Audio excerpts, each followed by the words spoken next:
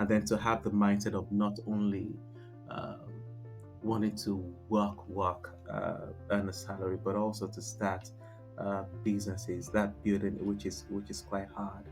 It's You need a lot of courage because sometimes you look at it, you have too many staff that you're going to have to pay. You need to have that passion and then continue to grow, continue to build.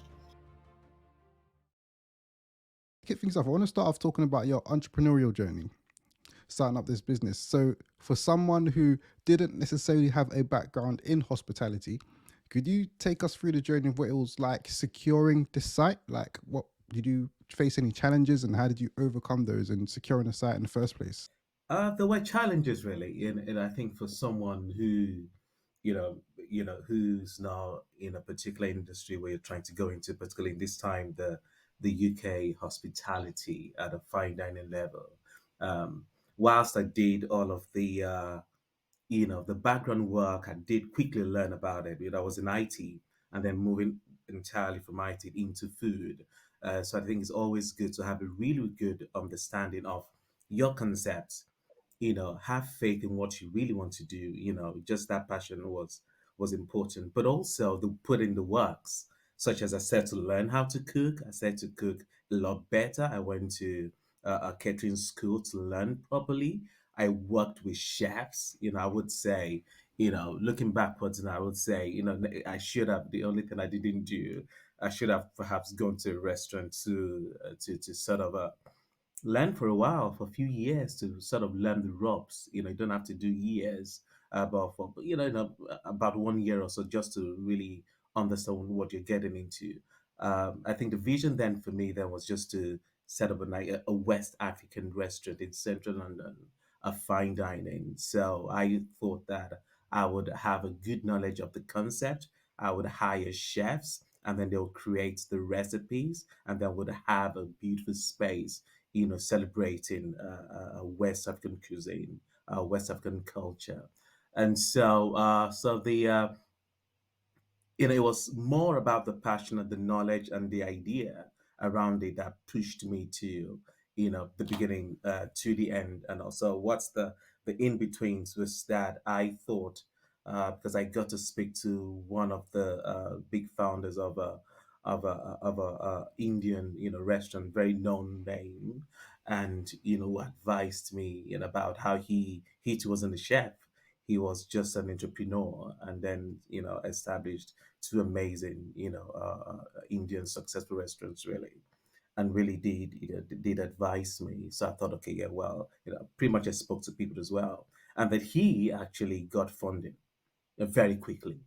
And that point was about 5 years ago, where you'd have a good idea if you could pitch it, you'd get funding, restaurant, investors. But on my own case, they hadn't heard about African fine dining in central London, where they thought it was a big risk. So I didn't find funding at all, went to the banks, didn't get it. But again, still that passion, found the funding myself. And I thought, okay, you got the money now, then you can start it. So it was just pretty much at the beginning. No, you then have the landlord, hence you'd do, such as an investors pack, which is the financials, your concept and all of that. And there is the landlord. And then, because you just don't want anywhere, you want somewhere, when you talk about, hospitality, that key things people say, the location matters, location, the concept matters, and your PR, the food and your service in that restaurant. And so it was pretty much the next kind of like, oh my, it was quite hard for me to get the beautiful, locations, sites that I really wanted. It was really, really hard. And I think that was near impossible actually. So there was this particular site in central London, Berners Street, right in front of Sanderson Hotel, that I really, really loved that site. I thought, if I don't have this, I just, it was, I just really wanted that site. And thankfully or luckily for me, the restaurateur there, who at that time had about 35 restaurants, wanted to retire and go back to Italy. He had about 35 Italian restaurants and just wanted to shut a couple down and sell some, and was quite keen. and actually said, in order for the landlord to agree to my concepts and not something quite risky, that he would come on to my company and then be a director. And that's how we got, where we are currently. And so that is just, and I think, now it should be a little bit easy, for people to want to open restaurants, particularly, African restaurants and all that, because it's, I think a couple of us have done a good job in such that it's now a thing, whereas it wasn't a thing before. And you really know what you're getting into. Um, and so that's how we got in there. And also, so it meant that we now got a good location, we have a good concept, we felt that it would do well, and that people would, and it would look at Londoners themselves, looked at London, and that the fact that, it's a very, very cosmopolitan city, and people like to experience different cultures, experience different flavors, different food. So we felt it would be successful, and so it was that made us, pretty much established, and then we pretty much started. But then, I've sort of summarized it now, but it was harder than that. That timeline of trying to find a landlord, I would say yes, it was about 2 years. Yeah, Wow, 2 years is a long time to it's a to long be time. It's a plugging long away time. and trying to Yeah, do this. And yeah. what I'm hearing from that as well, from what you're saying, is association was very important for you. So you spoke about how you spoke with the person that owned the Indian restaurant, and he'd done it maybe 5 years before or whatnot, and was able to pass on some advice to you that you could take away and use in your own business. And then with the other owner who was vacating the premises and then came on as a director, because of that association with that person as well, that helped you to push and to get secure this site that you actually ended up securing for the restaurant in the first place. How important has relationship building been in your entrepreneurial journey thus far? You picked out a really, you are a motivational speaker and a teacher, and a leader yourself. And I think really you picked out an amazing point, and that point is important. Really, and again, in going into the industry, I also looked at, brown and black people who were already doing, great things in the space. And that's how I found, I've mentioned, is Iqbal, owner of Cinnamon Club. It's a beautiful, big, successful restaurant, still here now. Um, and then I spoke to him. He was so, he really did encourage me. And then spoke to Mike Reed. I'm sure I wouldn't mind, mentioning his name as an exceptional TV chef from the Caribbean. He's really good, very nice. He's the executive chef of all of the M restaurants. And I spoke to him at length. And I think in association is important. If you're going somewhere, find people. You need people that will help you there. Don't waste the time, but you showed them that you're serious. And then he really had a really good meeting with me. Pretty much introduced me to the contractor that built a cocoa, the interior decorator, and shared a couple of advice with me. So those two contacts were very important, and also, most importantly, the restaurateur that was retiring, and Italian, who didn't know me from anywhere, and really took that risk, and and just felt, I see you're very passionate, and I think you're going to be a successful person. So as a result of that, because I was, adamant, and as to why I wouldn't get a space, because you hadn't, it wasn't a known brand, you thought it wouldn't do well, and said, don't worry, I'll back you. And then, we'll speak to the landlord together. Yeah, I've got a couple questions off the back of that now. So, first of all, it took you two years. I think 2 years. Yeah, when you talk about it now, it sounds, It you know, sounds, because actually, and I say it, I think it's so funny because I've sort of forgotten that part, and I think that pushes me not to fail. But you got to keep doing well, because, because I actually got a no. I got a no for that particular site because I felt it was just really good, and if you know about premiums, then restaurants, you look at the site, and then they would say, okay, that's the rent, but before the rent, you'd pretty much pay premium, pretty much. You're talking about 500,000. they're going to take the space, therefore the you're going to inherit the old kitchen, the chairs, the space and everything. Pretty most things you pay premium on, you're pretty much going to get rid of anyway. So with all of the high premiums in central London, so that was the only one that was quite decent, not too much, still prime area. And we really worked hard, and our agency then did help us to try to get it. That they said no, but I just hoped and I just kept, I believe in prayers, prayed about it, and then the other brand that they gave it to, somehow something happened. They came back to me, and then we started we picked up from where we started. So honestly, I've forgotten that part now. Yeah, yeah. So yeah, so that's what happened. So the restaurateur who's retiring there really did help. Yeah, the 2 years plugging away at something is very difficult. I mean, I've been doing this podcast for 1 year, so and it can get tough, and then Mm, especially when you have a vision. And I suppose obviously you've started your business because you've got a vision and mm. you see it in your head, but maybe some other landlords are not seeing it the way you're seeing it, or they're not latching on, and then you're facing some no's and some setbacks over 2 years. I think again, need to reiterate that's a long time to face a setback, and you'll work. I'm guessing you'll probably still work in your IT job at the same time. So it's like a lot of rejection. How do you stay upbeat in all of that when you're getting pushback for 2 years? And I think that's really important because there were so many pushbacks. For 2 years is a long time. And, thankfully, I was still doing my IT job while still trying. And, it's just pretty much me saying to myself that I wouldn't give up. I will do this because at some point, I thought to myself that I wanted to start a business in the UK. I knew at the time how, I just know that it's so hard to start a business in the UK. Like, so it's really, really difficult. I felt that I'll do it. Somebody got to do something. Somebody got to start having own businesses. Because if you look at other cultures, pretty much loads of Indian restaurants at all levels and loads of businesses, and but it's not, it just tend to. I just wanted to do something that so I was I convinced myself. I was adamant. I was passionate about it, and I was not going to give up. If that had failed, I would have still continued.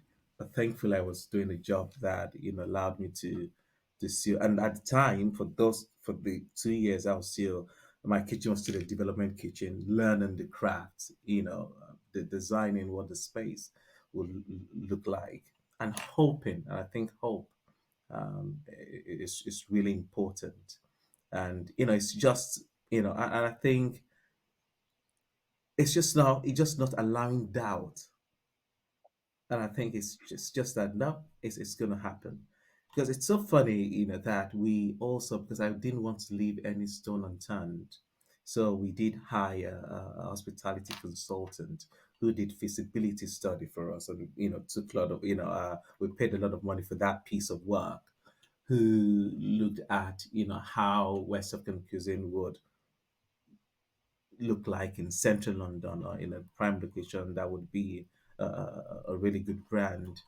And so they were also were going to help us to hire a project manager to speak to landlords, to also get chefs that would be interested in the concept. And whilst the reports that we paid for said, well, it would be, Londoners really will be excited about the cuisine.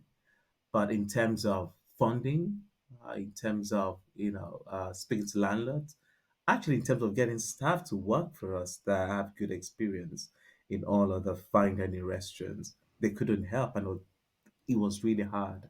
And there was a time where going back about it, said, "Well, I don't think this can work. No, it can't work. It's just a beautiful dream. I don't, you that were paid." And even after hearing that, no, and and I think the no's people like, I'm just gonna do this no's are way too much. I'm just gonna hope that it happens. It's just a restaurant in Central, so why should it be this difficult? So it was just all the no's actually gave me more courage to be quite honest. You know, as you're talking, I've got so many questions that are popping into my head. I've got so many, and I've got before I go on to this other question I have in my head, I want to take it back very slightly again to the relationship side of things again. So, and I find it very interesting that you spoke to some of these other restaurateurs in the same business as you. And I feel like a lot of people that get into business, you feel like you may not want to talk to the competition because you might feel that they're not going to be receptive. You're coming into their space, you might take business away from them. But you've spoken to people and they were very receptive and they were very helpful for you. You know, uh, how did you go about building these relationships? And also, on top of that, what did they relationships look like? Did you just go to them, ask for advice, or was it a different, maybe like a you give them something and then they give you the advice, or were they just happy that you wanted to start a business? They wanted to help you out. Like, what did it look like? I think that's a good question. It's being smart about who you speak to. Of course, not all other restaurateurs would want you to uh, uh, uh, compete with them, but because it was West African cuisine, which didn't really exist at the time. And I felt that I was speaking to people that were on top of the game, that they just wouldn't, in short, they looked at me as a small man and tried to, okay, yeah, would try to help you make it, So I think you just, other than that, some people are still not nice, even if they're so big and successful at, at their levels. But it's just choosing right and actually looking for some are so busy that you may not be able to. So there are a couple of people that things invite me even after sending emails to them and all that. Just, for instance, uh, my wife tells me, where sometimes when we encourage young people, is that just keep applying, just keep up, make sure you do. If you're going to get a job, do 100 applications a day. Someone will speak to you. Just keep looking. And in my own case, for the starting a business, really, is actually speaking. Going to other restaurants, making friends, speaking to somebody who knows somebody, someone you would like to speak to, and you know that they're really busy, that may be hard to get. Find somebody who knows them who could then do that introduction. So I found somebody who was in PR in restaurants, and I said to them that how could you link me up with that person, and that helps as well.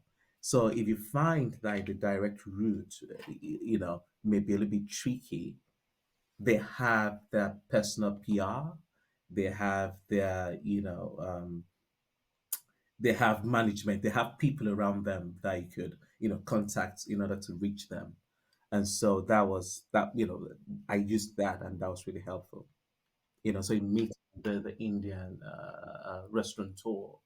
He was through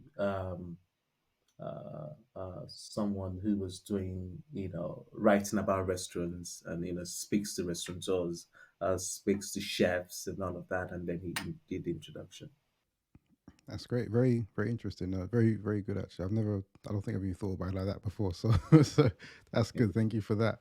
Now, the other question I had in my mind before I went on to this was when you were talking about starting a business in the first place. So, there's a report that came out. I don't even know. It's quite maybe a couple of years ago now. I can't remember exact dates, but it was about business like Black Britons and business as a Black British person.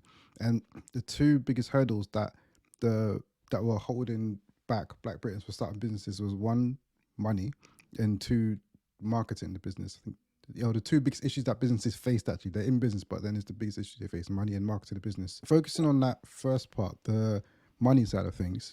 When you and I bring that up as well because you spoke about premiums and everything like that in Central London, etc.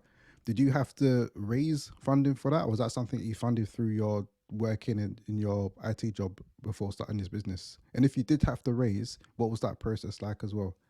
And I think that's why I wanted to do this, because it felt as though it was, and that's why you sort of don't have so many, you know.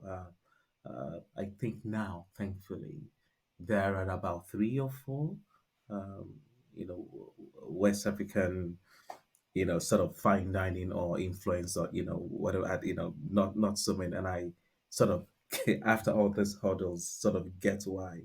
And it's pretty much, you mentioned money, and I say to people that it's just really difficult, particularly from our society, because for me, for the restaurant, it felt that you need lots of money. You're talking, if it's, you know, if you're looking for a fine dining, um, it's in its million pounds. At least you need a good £1 million. It's money. Um, it's exceptional concept and idea. It's that skill to deliver beautiful food, which all that it's not what I've seen a lot of in the community, and also part of researching for that restaurant. I went to lots of then. I don't know about now. Then there were lots of, West African, Nigerian, Ghanaian pop-ups. Chefs on Instagram, chefs, doing bits of beautiful food, plating, in their homes, and then, posting pretty pictures. Spoke to those chefs as well, and then some would get loads and loads of followers, and then, find a way to do pop-ups. And so I did see all of that as well. And, not a lot have then transitioned from just, having that skill to cook, to translate West African, your mom's food into fine dining, where you could do it at home, plate it beautifully, and then go on to then have a restaurant. That's another level, whereby it's just what you then need is how do you sustain this talent? It's then the business. It's then having, which is a little bit scary. You need, at least about 8 chefs. You need at least about 10 front of house, sommelier, and general managers. You need people that you'll actually pay. You need to learn about, more about your food. You need to learn about GP, pretty much how much, and PR. People need to know about your restaurant, come to eat your food because they're going to pay your staff at the end of the day. You need to make sure you know the spending on food, and then you're costing it adequately, and all of those kind of things. So it is really hard, and I think it's to come back to you. I think that I found not quite a lot of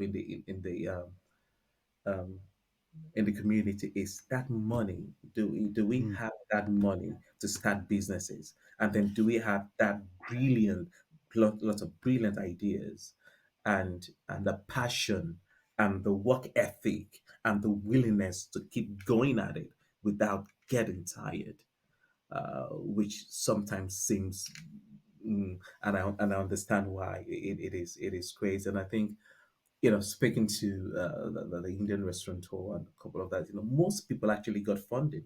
And I think from what I know, the two or three that I see as, West African, fine dining that are doing exceptionally well now in central London, none of us got any funding from anywhere. And if you look at no, in short, I would even say don't seek that. And I also know somebody who's Sri Lankan. There's a big Sri Lankan community that opened a beautiful restaurant in Soho, doing wonderfully well now. So how did you get funding? Because he actually contacted uh, uh, my peer, our peer at the time, to want to learn how we got to, where we were at the time. We were 1 year at Akokomi then, and then, we're starting at the same time. And I was asking, how did you get funding? He said, well, he didn't get funding too, but there is a community where it's just that community can tap into, in a set of Sri Lankans, uncles, friends, relatives, and then, 200K there, 50K there, 500K there, and then just get it to then fund. So, ooh, I don't think we have that in the black community here. I don't think I have any uncle or anybody, and I think I know a lot of people. No, I have an idea. I'd like to, I want to open a business, and I think, could you loan me 100K?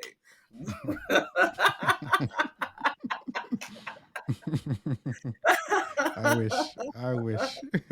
You know what I mean? So like, oh really? And I think there are lots of other Indian community, all those beautiful communities out there. do come together to start business to help themselves and bring people from back home. And I think and I think it's really good, being in business. I hope we can continue to be in business. There are lots of opportunities there. In government helps businesses quite a lot. Um, ability to you know sponsor people from back home to learn, to grow, and all of that. I think it's really good once you can start it. It's really good. And then to have the mindset of not only um, wanting to work, earn a salary, but also to start businesses, that building, which is quite hard. It's You need a lot of courage because sometimes you look at it, you have too many staff that you're going to have to pay. You need to have that passion and then continue to grow, continue to build. Pretty much, yeah. There's so much that goes into it, and then it's like because I think a lot of people would hear stuff like £1 million being thrown around, and just immediately Yeah, it's like, yeah, before yeah, you start, yeah. they're like, It's you know just a what? restaurant. Why do you need so much? Mm. But Yeah, people will hear that and think, yeah. all right, you know what? There's no point. I'm not even gonna try to start. Try. I'm not going to go. Correct, correct. Mm. So when you hear that amount, you find wonderful, like you find loads, So I'm not doing something differently, Yeah, I have to be quite honest to myself. That hundreds of talented chefs out there who can then start a beautiful restaurant and all of that stuff and everything. But then when you start hearing, well, to then transition to move from here to there to own your own restaurant, there's the amount you're gonna need. You go, mm, I've not, I've not even seen 100K before with this. So now I'm not just gonna try. So that's yeah, that's the problem. Yeah. Yeah, and then like you speak about, there's the money side, and the money is one side of it anyway. So you need like have an excellent, we say, concept behind your idea or your restaurant, and then you need to have that unwavering belief on top of all of that. And that in all of that, I know the money it sort of sounds like Yeah. but the mindset.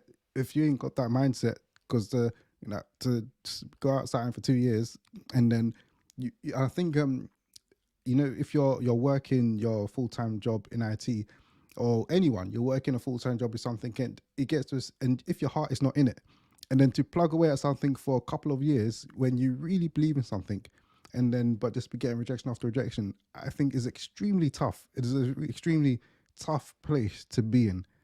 And with yourself, do you like? I know you spoke a bit about the mindset already, but would you attribute that to anything? Is it maybe something about the support structure around you, maybe your upbringing, parents, friends, or just you as a person, maybe your job? Like, what would you attribute that kind of an unwavering, that courage and unwavering belief, and that fighting doggedness to? That's a beautiful question. I think it's my Nigerian upbringing, born and bred in Nigeria, and what that has blessed me with. I'm super Nigerian. Can tell from my accent. I came to the UK just about 15 years ago. 15 years ago. Born and bred in Nigeria. Did my secondary and university there before I came to study masters in business administration in the UK. And I feel like something about Nigeria is just that optimism that everybody wants to be a millionaire.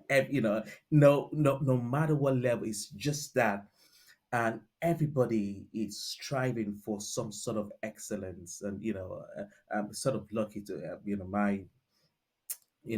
my parents are kind of well to do. You know, yeah, my from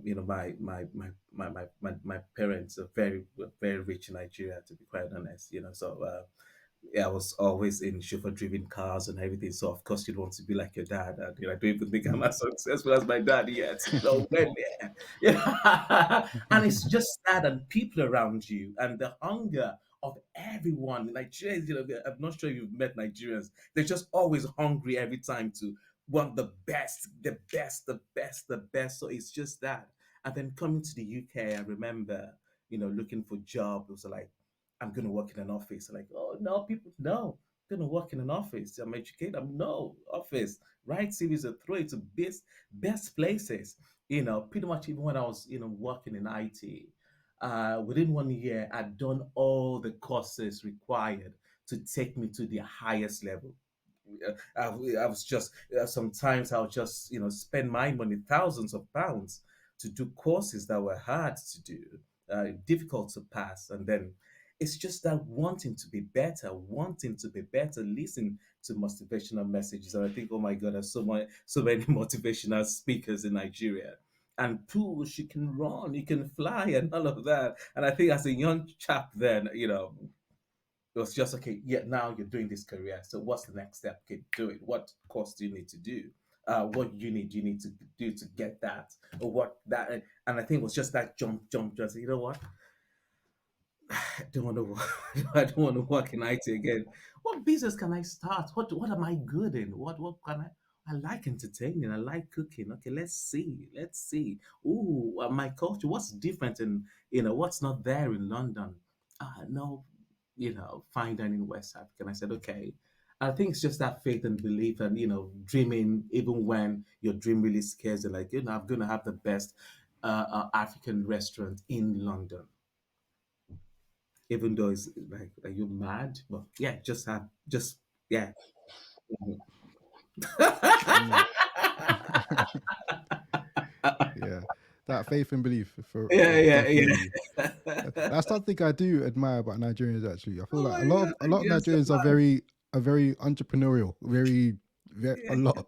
I mean, there's no probably no coincidence that you got a load of very wealthy Nigerians. You got the richest man in Africa is Nigerian, and then on top of that, there's loads of very wealthy Nigerians, and I do see that actually, especially with a lot of Nigerians from back home when they spend a lot of time back in Nigeria, you see that a lot of them. So it makes sense in that regard. Actually, that's really good. And to on the take it back a bit now. So on the businesses, the one thing that you struggle with is funding. Okay, that's great. Then the second thing was the marketing of the business. You got your business and actually getting the word out there is a big issue for a lot of businesses as well.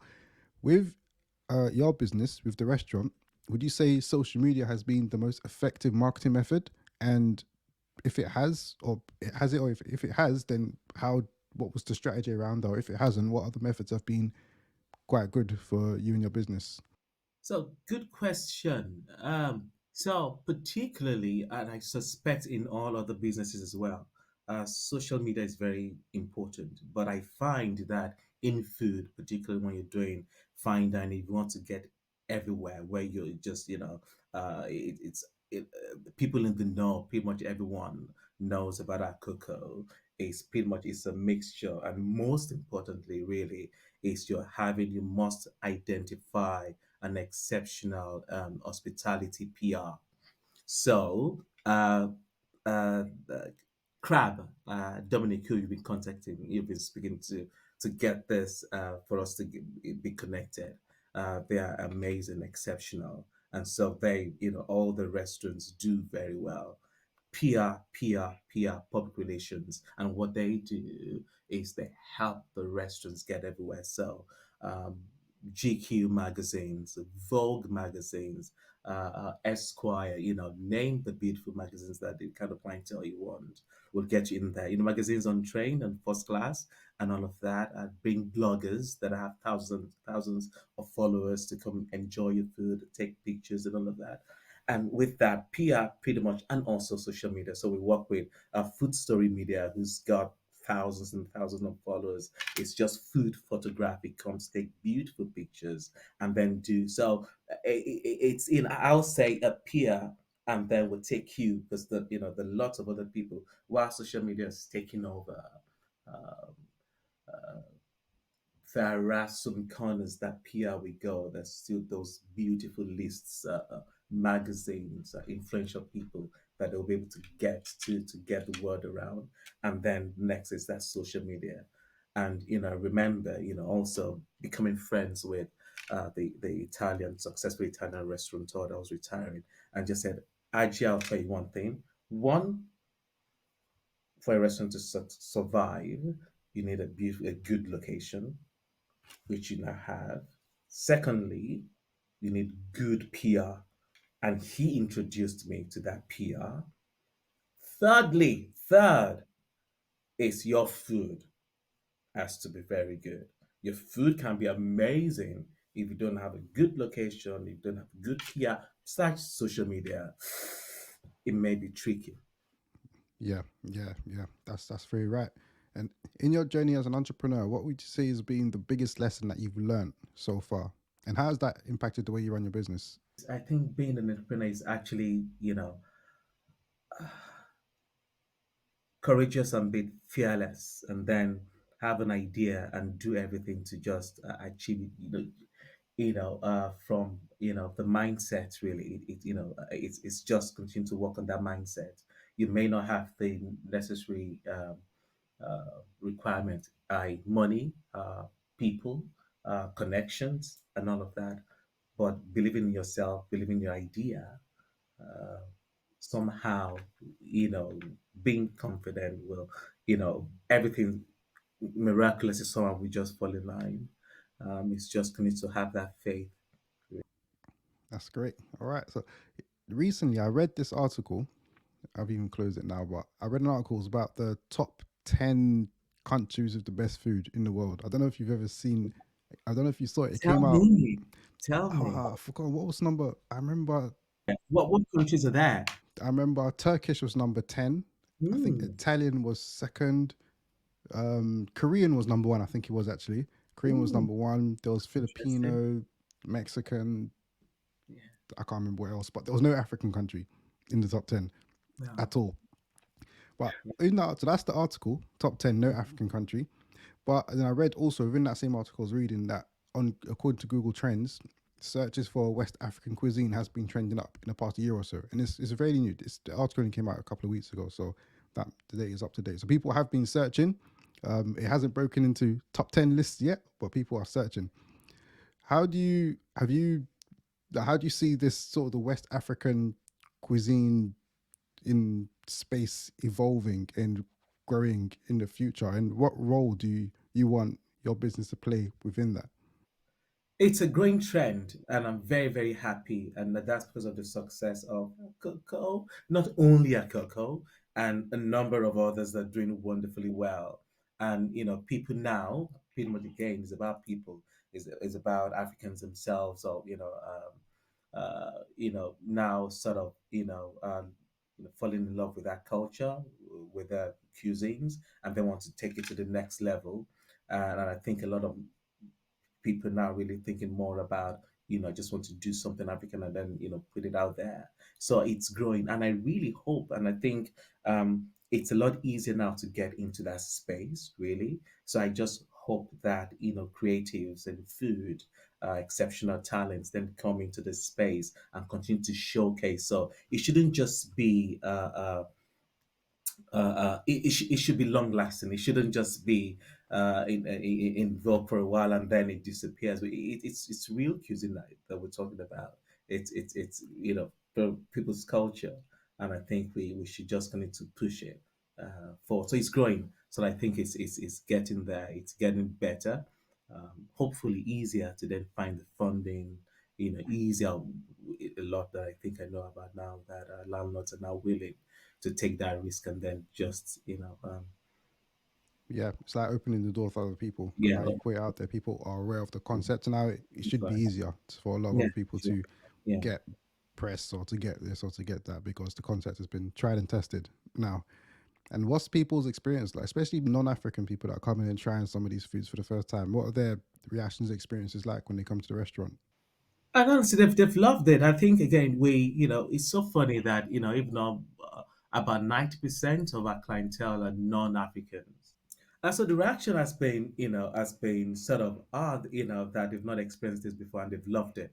It's different. People like something that is different from what they've experienced everywhere else. And I think so they love the uniqueness of the cuisine.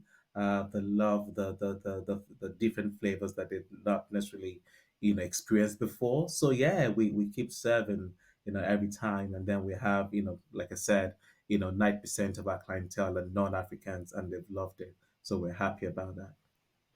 That's great. And how do you balance between trying to innovate and come up with new dishes, new ingredients, new things and concepts and ideas, but at the same time trying to stay authentic to the West African roots of the restaurant? And I think that's what I'm still. I'm just the. For instance, like I said, I'm part of the development team, and I work with exceptional chefs within what they then create the menu, and I'm the one saying that we so how do you balance, which is, how do you balance authenticity and creativity? We have some classic dishes in West Africa. There's nothing wrong with them. Don't change them. I'm happy for you to serve them, lot smaller in beautiful bowls. And I think that's my concept when working with chefs. It's like, there are some classic dishes. Not, there's so the West African cuisine is not just one. Within Nigeria, I hope we have more time. You have more than five cuisines. Like the Yoruba cuisine. There is the Hausa cuisine. My favorite cuisine within Nigeria is pretty much the cuisines from Delta area. So lots of cuisines. And so what we do is actually choose classics dishes from everywhere, from Nigeria, particularly Ghana, beautiful cuisines in Senegal and Gambia. And then we work on those. So we and then there's so much cuisines that are just sort of similar. So we take the unique ones and we just want to sort of preserve them that way.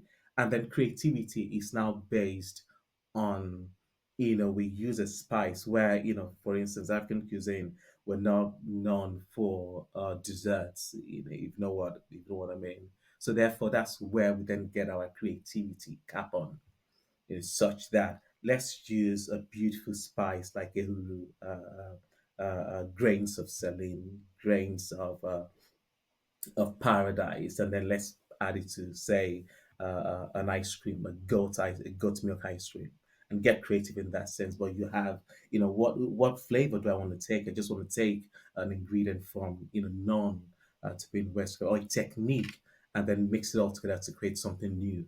So it's just always should I encourage just always come back to the core. So I don't see any reason. For instance, I love traditional Nigerian jollof rice. Don't add anything to it. Just use the ingredients that's there, and then how do you cook it well? You cook your mom's recipes well. And then your mom probably wasn't making cakes, ice creams, and all of those kind of things. And then go get creative when it comes to the petit fours, the desserts, the pre-desserts, and maybe some snacks, and then leave as the main, which we call the main. You want it to be as classical as it can be. Does that make sense? It makes sense. It's yeah, taking bits from all over a different place, getting creative, but maintaining that those classic dishes, maintaining their authenticity and not changing them around too much. It makes perfect sense.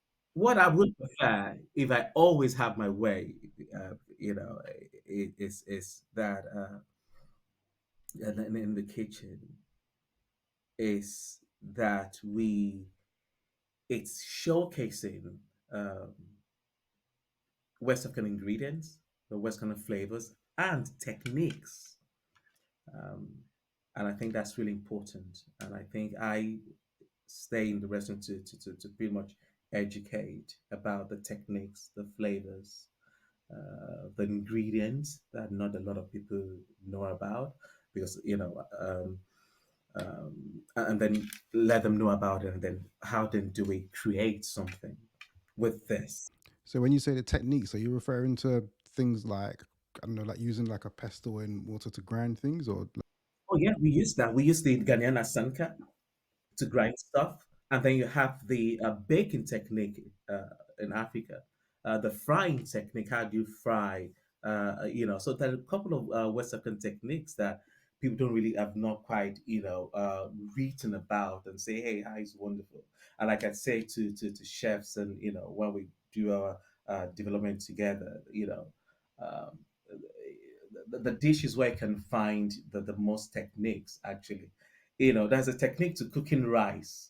just plain rice, not alone various techniques to cook jollof rice. You want it to have, you want it to be grainy. You want it to have that deep red color. You don't want it to mush together. You don't want to undercook the rice. You don't want to overcook the rice. There's techniques around that. And another dish that is quite difficult to cook is moi moi. You're pretty much baking is a savory sort of cake or fry akara. So there are lots of that. So let's use various techniques and do it properly. And not, I am not a huge fan of adding, too much from elsewhere. I just, it should still be within, West Africa. That's great. And I read online that you most of the ingredients you use are sourced. I think 90% come from the UK, and then I think 10% are from overseas. Right? What was the thinking behind that? Yeah, because you want to be local at the same time. It's a West African restaurant in London, and would you I wouldn't want to buy meat from or chicken, raw chicken from Africa. So what we do then, we then work with amazing farmers and suppliers when it comes to the vegetables, when it comes to the protein, they're quite seasonal. And what makes African, cuisine unique again is the techniques, the flavors. And how do you get the flavors? It's now in the dry ingredients that can travel, hence the spices, some of the beans, the technique of fermenting seeds to create umami. And then so I wouldn't want to buy something already fermented or half fermented. I'll then, use that technique to then ferment locust beans that is dry, that can come here. And then so your beef, English wagyu, if you like, your octopus, lobster, a beautiful fish, and lamb would then be would look for the best farmer, the best produce suppliers in the UK, and then I think that's, 'cause goat, we eat goat in Africa. There's goat in the UK. There is chicken in Africa. There's chicken. There's Guinean. So get the ones you can get from here. All right, it makes perfect sense. There's certain things you don't need to ship it over. It won't be as fresh, and also it helps to reduce your carbon footprint as well. Even how do you see Akoko continuing to evolve in the future? And I think that's part of, and I think with businesses nowadays that, if you look at it, there's so many restaurants in London alone. There are way too many restaurants, and the competition is real. It's really, really hard. And Rabbi Leinberg said it's easy. It's not that easy, but then you just that passion you had in the beginning, continue to have the same passion, and also how then we then I don't work with the team because it's not it's a team of well over 20 people really. To then how do we reinvent ourselves? Therefore, our Instagram game has to be top notch. We were okay. We need to grow more. We need to change our menu quite regularly, seasonally. We need to showcase, something new. It's just, really thinking of how do we get better and better and better. How we satisfy our customers wanting to come back? How do we take feedback and fix things? It's just, I think with business, you just need to keep yourself out there, reinvent yourself, and be what you say that you are, and trying to be the best, to be the best, to be the best, really. That's great. And as we prepare to wrap up, what advice would you give to anybody that's looking to actively drive change, make a difference in their life, the in the world or whatever, and just trying to drive change and do some good work? What advice would you give someone like that? Just be very hungry. Well, but very, do everything to bring about that change. That don't get tired. Don't lose passion. Don't lose faith. Of course, that those periods. I mean, that's what people, oh my God, why did I start? There's that period, but pick yourself back up very quickly. It's just never give up.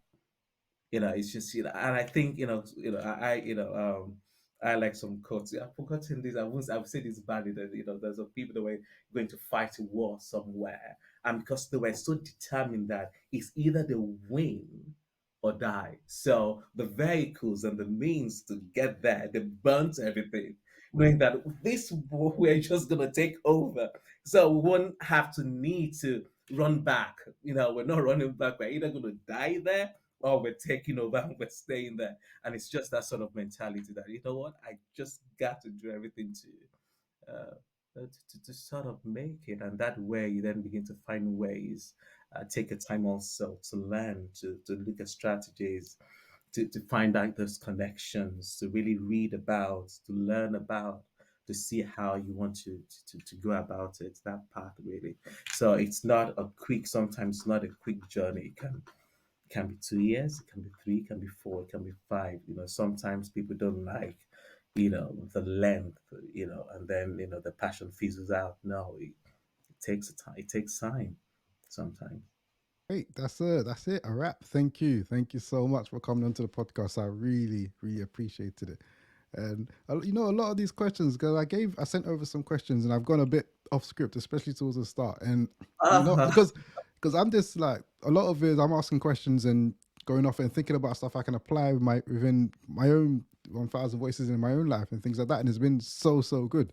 I think even though you're talking from the perspective as a restaurateur, like there's yeah. so many takeaways and parallels that you can take away and then apply in whatever field you find yourself in. So thank you, and I really, really appreciate everything that you've come and shared with us today. It's very, very much appreciated. Thank you very much, Tevin. Thanks for having me. I've enjoyed it. I've really enjoyed it. Thank you for coming on. Before we wrap up, if anybody wants to keep up to date with Okoko and things on that space, how can they best do so? And also Instagram. Oh, Instagram. sorry. No, I don't see one. no, no, Yeah. it's okay. And I was just gonna say, if you've got Yeah. any final words as well, please feel free to share those as well. Final word. I think that's because I heard something actually before I came on. Uh, you know, uh, dream big. If your dream scares you, it's okay. Dream so big. That's. I'm still dreaming. Yeah. So that's the final word. That's the last thing I heard. One of the quotes from a motivational speaker that I listened to before this month. All right. Thank you so much for coming to the podcast once again. If you're listening and you haven't subscribed, please do subscribe. It really helps us in amplifying the voices of these amazing people we get on the podcast. So please do subscribe, like, and share this as far and wide as you can. But that's that for now. Thank you for tuning in. This is 1000 Voices. We had Aji Akokomi from Akoko Restaurant. And for now, people, we're out.